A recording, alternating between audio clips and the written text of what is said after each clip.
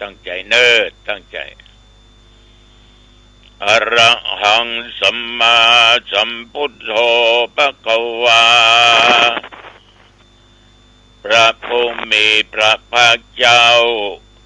เป็นพระอรหันต์ดับพลังกิเลสพึงทุกสิ้นเชิงตรัสรู้ชอบโดยพระองค์เองพุทธังภวันตังอภิวาเทมิข้าพเจ้าอภิวาทพระผู้มีพระภาคเจ้าผู้รู้ผู้ตื่นผู้เบิกบานกราบพระพุทธสวากขาโตภควตาธัมโมพระธรรมเป็นธรรมที่พระผู้มีพระภาคเจ้าตรัสไว้ดีแล้วธัมมังนัมมัสสามิข้าพเจ้านมัสการพระธรรมกราบพระธรรมสุปฏิปันโนภควโตสาวกสังโฆพระสงฆ์สาวกของพระผู้มีพระภาคเจ้าปฏิบัติดีแล้วสังฆังนัมมามิข้าพเจ้านอบน้อมพระสงฆ์กราบพระสงฆ์นะโมตัสสะภะคะวะโตอะระหะโตสัมมาสัมพุทธัสสะนะโมตัสสะภะคะวะโต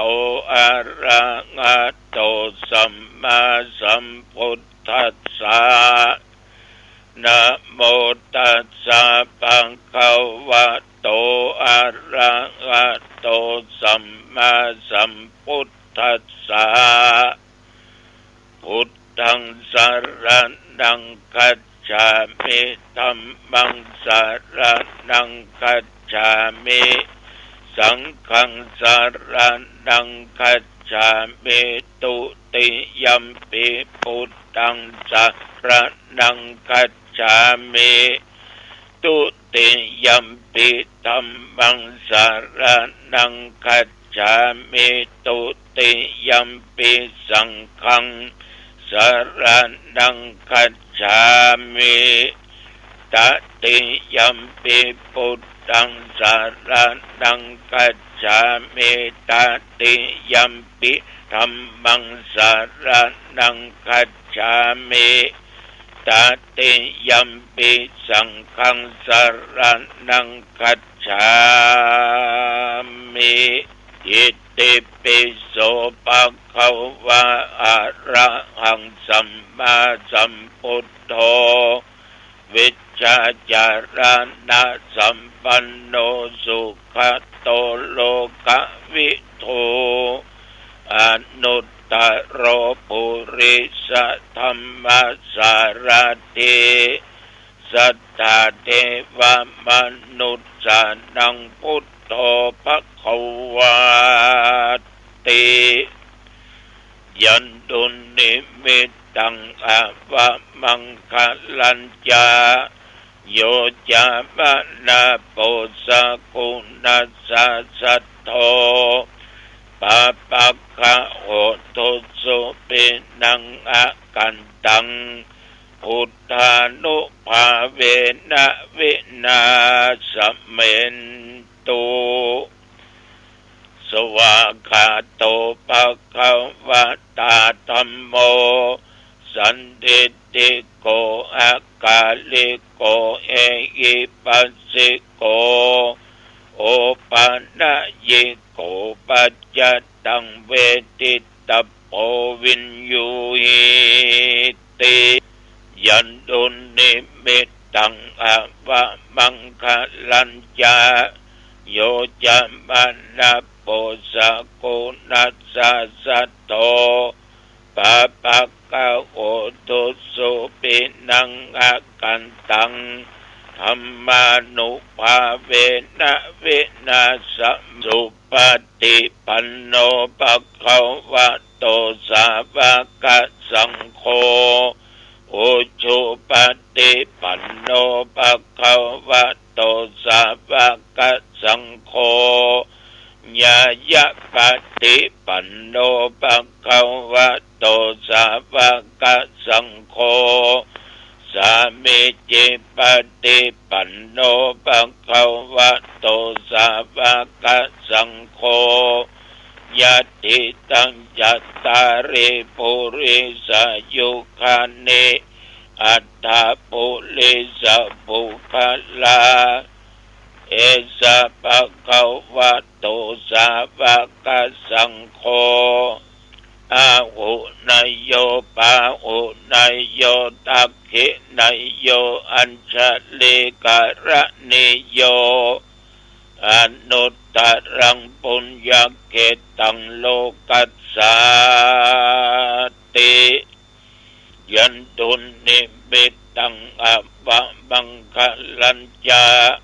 โยจะมะนาโปสกุนัสสะสัทโธปะปะกะโหตุสุปินังอะกันตังสังฆานุภาเวนะวินาสเมนโพชังโคสติสังฆาโตธัมมานังวิจโยตถาวิริยัมปิติปัสสติโพชังคาจัตถาภะเรสัมมาตุเปกะโพชังคาสัตเตเตสัพพตักสินามุนินาสัมมาตัคคตา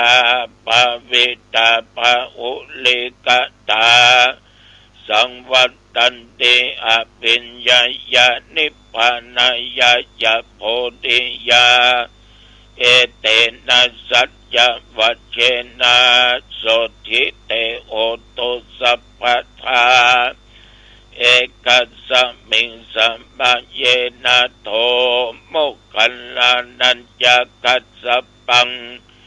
ขิลาเนตุขิเตติสวาโพชังเกสัตตะเทสัญเยเตจะตังอภินันติตวาโรคมุตยิงสุตังคะเน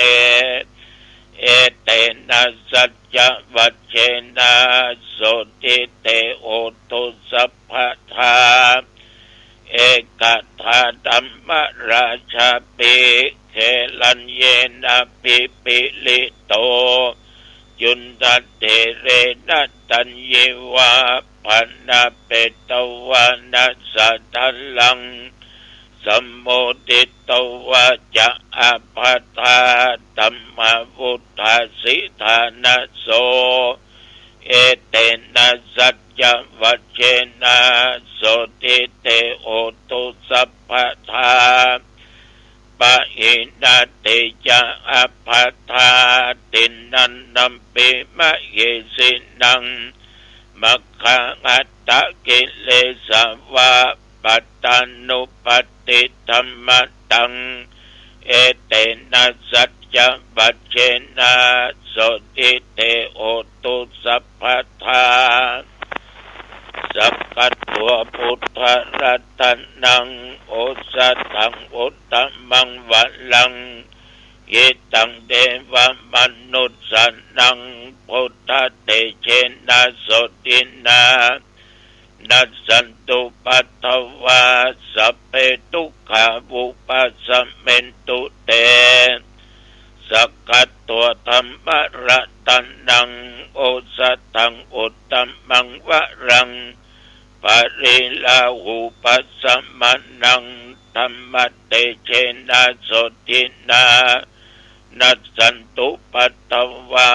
สัพเพพยาวุปัสสเมนตุเตสักกัตตัวสังขารตันนังโอสัตถังอุตตมังวะลังอาอุนัยยังปะอุนัยยังสังฆเตเชนะโสตินานัสสันตุปัตถวาสัพเพโรคาวุปัสสเมนตุ สรณังอัญญังพุทโธเมสรณังวรังเอเตนะสัจจวัจเจนะโหตุเตชะยะมังคลังนัตถิเมสรณังอัญญังธัมโมเมสรณังวรังเอเตนะสัจจวัจเจนะโหตุเตชะยะมังคลังนัตถิเมสรณังอัญญังสังโฆเมสรณังวรังเอเตนะสัจจวัจเจนะโหตุเตชะยะมังคลังภวตุสัพพมังคลังรักขันตุสัพพเทวตาสัพพพุทธานุภาเวนะสัทธาโสติภวันตุเตภวตุสัพพมังคลังรักขันตุสัพพเทวตาสัพพธรรมานุภาเวนะสัทธาโสติภวันตุเตภวตุสัพพมังคลังรักขันตุสัพพเทวตาสัพพสังฆานุภาเวนะสัทธาโสติภวันตุเตโดยบทพุทธานุภาพธรรมานุภาพสังฆานุภาพบทสาธยายมนต์อันศักดิ์สิทธิ์ข้าพเจ้าขอตั้งจิตอธิษฐานขอญาติโยมทุกเพศทุกวัยเท่าแก่นุ่งคำใจยิ่งแม่นว่าตนข้าพเจ้าก็ดีญาติโยมทั้งหลายก็ดีได้ตรงโลกาเปียธิอย่างนักอย่างร้ายแรงแบบว่าภายนอกและภายในหมอยุกหมอยาบังหายก็ขอคุณแห่งพระพุทธพระธรรมพระสงฆ์มนต์ต่างๆจงกำจัดโรคภัยไข้เจ็บเหล่านั้นให้วินาศสันตุอันตรธานหายมีสุขภาพกายใจแข็งแรงสุขกายสบายใจแม้นว่าตนข้าพเจ้าและญาติโยมเดินทางไปเหนือใต้ตกออกทุกสารทิศไกลใกล้เมื่อไปก็มีชัยชนะกลับมาก็มีโชคมีใจมีสติและปัญญาว่าตั้งความประมาทจำเริญในกิจการงานต่างๆว่าการค้าการขายการเกษตรงานใดก็ตามเมื่อจำเริญเจริญยิ่งขึ้นไปด้วยหน้าที่และการงานอายุวันนะสุขะพละจงบังเกิดแก่ทุกท่านทุกคนโดยเถิดกรมอุตุได้ประกาศบอกตักเตือนอยู่ตลอดระยะนี้อาจจะมีฟ้าหลังฝนนับตั้งแต่เมื่อตะวันวามาจนถึงปัจจุบันบัดเดี๋ยวนี้วัดหนองทองและใกล้เคียงบ่มีรายงานฝนตกแม้แต่หยดเดียวตั้งแต่ตะวันมาจนถึงปัจจุบันโตนอาตมะก็ไม่ได้ไปไหนตะวันนี้ตึงมางายตึงมาตอนปลอดคนเมื่อคืนก็อยู่วัดจนตราบเท่าถึงบัดเดี๋ยว24 ชั่วโมงได้ก็ยิ้มรับว่าผ่านไปอีก1 วันปัจจุบันต่อไปอนาคตจะไปถึงไหนเราไม่สามารถที่จะรู้ได้แต่เฮาหูบ่ตั้งตัวตั้งตนอยู่ในความประมาทบ่ประมาทในศีลในธรรมคุณพระพุทธพระธรรมพระสงฆ์บ่ประมาทปิตามารดาหรือพ่อแม่ผู้กำเนิดชีวิตบ่ประมาทครูบาอาจารย์สังฆเจ้าอุปชฌาย์บ่ประมาทผู้เฒ่าผู้แก่บ่ประมาทตัวเองญาติโยมท่านทั้งหลาย การดำรงชีวิตอยู่ในโลกแห่งวัฏสงสารนี้ชีวิตของคนเรานั้นจะอยู่ไปด้วยความราบรื่นด้วยความสุขความสมหวังต้องเป็นผู้ที่มีความรอบรู้ในสิ่งที่ควรรู้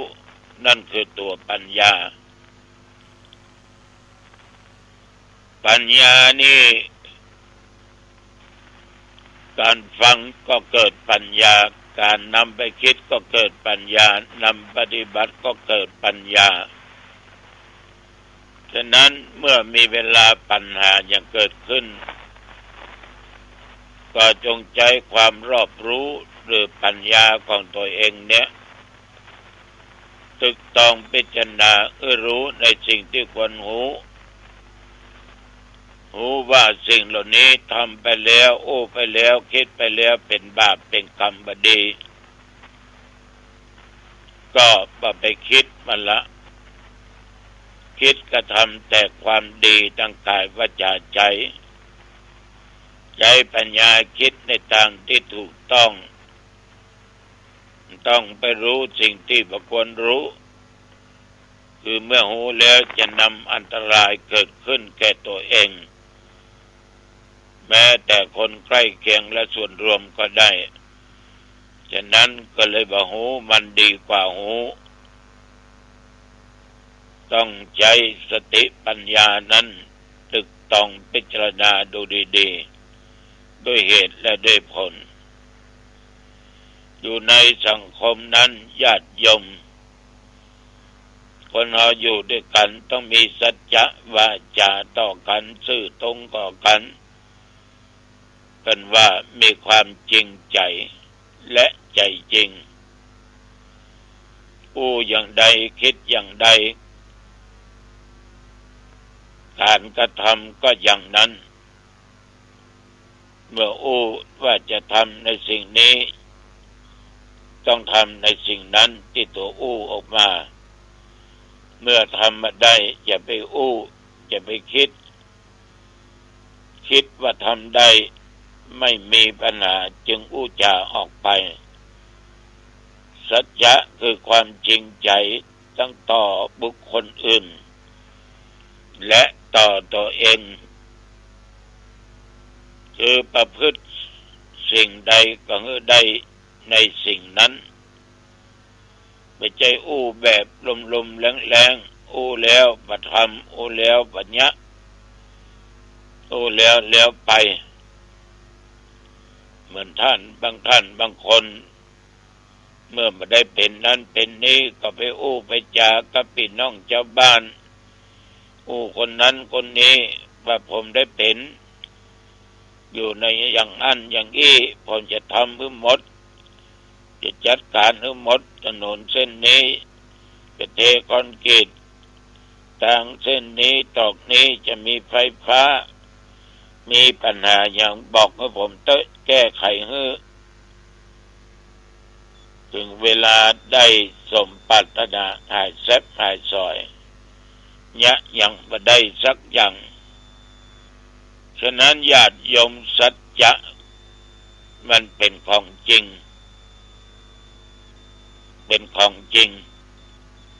เมื่อเวลาอย่างใดก็ต้องเป็นไปอย่างนั้นแต่ขอจาในสิ่งที่ถูกตามดำนองครองธรรมประพฤติศีลประพฤติธรรมประพฤติกฎหมายทางบ้านเมืองมีความจริงใจต่อบุคคลต่อคนนั้นต่อคนนี้บ่จุบ่ลอกบ่ลวงบ่ล่อเพิ่นตกลมตกจมเพิ่นได้รับความเดือดร้อนนี่ตุเจ้าจึงฝากไว้เช่นเดียวกันเมื่อมีความรอบรู้แล้วมีสัจจะวาจาอยู่ในสังคมจะขาดบ่ได้ก็ต้องรู้จักคำว่าจาคะสละสิ่งของที่เป็นข้าศึกแก่ความจริงใจนี่ก็คือสละอารมณ์ ที่มันมาเกิดทั้งตาทั้งหูทั้งจมูกทั้งลิ้นทั้งกายทั้งใจเราจะต้องสละในอารมณ์ที่มันบดีที่เป็นอิทธารมณ์ก็ดีอนิทธารมณ์ก็ดีชอบก็ตามไม่ชอบก็ตามต้องเสียสละได้แต่อารมณ์โกรธอารมณ์เครียดเมื่อมันเกิดขึ้นจงใจสติควบคุมขันติธรรมควบคุมตัวปัญญาดูแลอารมณ์นี้สำคัญยิ่งญาติโยมต้องสละได้เมื่อเอาสละออกไปได้มันก็จะบ่มีปัญหาใดๆเกิดขึ้นฉะนั้นการเสียสละมีสองหนึ่งอมิตรสละโดยปัจจัยเงินของสิ่งของเครื่องบริโภคอุปโภคแก่คนนั้นแก่คนนี้แก่องค์กรนั้นองค์การนี้เสียสละอารมณ์ต่างๆที่เราไม่ชอบมันเกิดขึ้นต้องรีบเสียสละไปนอกจากนั้นเอาอยู่ในสังคมคนหมู่มากจิตนี่ตัวสำคัญเป็นอย่างยิ่งจิตเป็นนายกายเป็นบ่าวจิตใจต้องสงบจากอย่างสิ่งที่มันเป็นตัวล่อที่มันเป็นข้าศึกที่มันเป็นข้าศึกแก่ความสงบจิตสงบใจความสงบเนี่ยยอมต้องหลายกับความบ่สงบความบ่สงบเป็นข้าศึกแก่ความสงบฉะนั้นญาติโยมสิ่งที่ทำจิตใจไม่สงบคือตัวกิเลสตัณหาความอยากโลภโกรธหลงถ้าบังเกิดขึ้นมันจะต่อต้านความสงบมันจะกลายเป็นความบ่สงบมีแต่อยากมีแต่กระไดมีแต่อยากจะทำนั้นอยากจะกระทำนี้ฉะนั้นญาติโยมต้องระมัดระวังต้องสงบใจจากสิ่งที่มันจะเป็นอันตรายต่อความสงบของเราความสงบอยู่ที่ไหนก็ได้คนจะนักขนาดไหนก็สงบได้เพราะมันอยู่ที่ใจอย่างเดียวอยู่ที่จิตเอาอย่างเดียวบางท่านบางคนนี่โอ้มาตรงนี้บอกว่าประสงบวุ่นวายกูอยู่ต้องพ้นมาได้สงบดีสบายใจถ้าคุณว่าอย่างนี้ก็แสดงว่าคุณไม่สงบใจคุณยังไม่สงบอยู่ที่ไหนมันจะสงบมันบ่มีเพราะใจบ่สงบมันอยู่ที่ใจเอาฉะนั้นศรัทธาสาธุชนญาติโยมอยู่ในสังคมในโลกต้องมีปัญญามีสัจจะเป็นคนที่เสียสละแล้วก็ทำจิตใจของตัวเองตั้งมั่นอยู่ในความสงบและโยมทุกคนจะสมปรารถนาจะมีความสุขเอาละวันนี้ก็จะปะกันที่สะปุงน้อยเนอะกินของง่ายแล้วแต่เมื่อคืนบึ้นหัวปะกันที่วัดปลานหนองตองเนอะ8 โมงอายุวันโนสุขังพลังพบกันใหม่โอกาสหน้าเจริญพรสวัสดีครับท่านผู้ฟังที่เคารพการแบ่งปันความคิดดี